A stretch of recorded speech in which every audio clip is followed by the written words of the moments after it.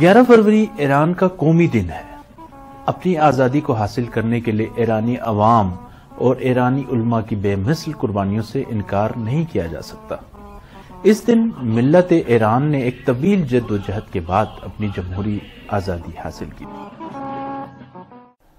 میں اس موقع پر تمام عالم اسلام کے سربراہوں سے یہی گزارش کروں گا کہ ہمیں اپنے اختلافات کو بھلا کر ایک پلیٹ فارم پر جمع ہونا چاہیے۔ کہ بحیثیت پاکستانی اور قائد اعظم محمد علی جناح کے ایک پیروکار کی حیثیت سے، علامہ اقبال کے پیروکار کی حیثیت سے میں تمام ایرانی قوم کو مبارکباد دیتا ہوں۔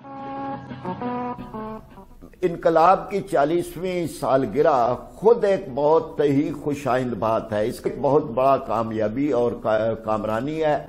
تو یہ وہ چیز ہے کہ جس پہ ہم مبارک دیتے ہیں تمام انقلاب کے جو رہنما ہیں ان کو بھی اور ایران کے عوام کو بھی۔ میں آج کے اس موقع پر 39ویں اسلامی انقلاب اسلامی کی سالگرہ منانے پر پوری ایرانی قوم کو مبارکباد پیش کرتا ہوں، اور میں آج کے اس دن کو آستانہ قدس رضوی کا بھی دل کی گہرائیوں سے شکریہ ادا کرتا ہوں۔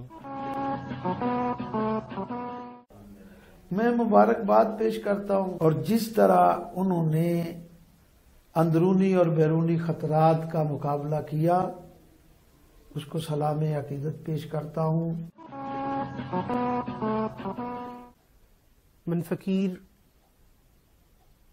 اس بہترین ساعتوں میں اور بہترین لمحات کی آمد کی خوشی میں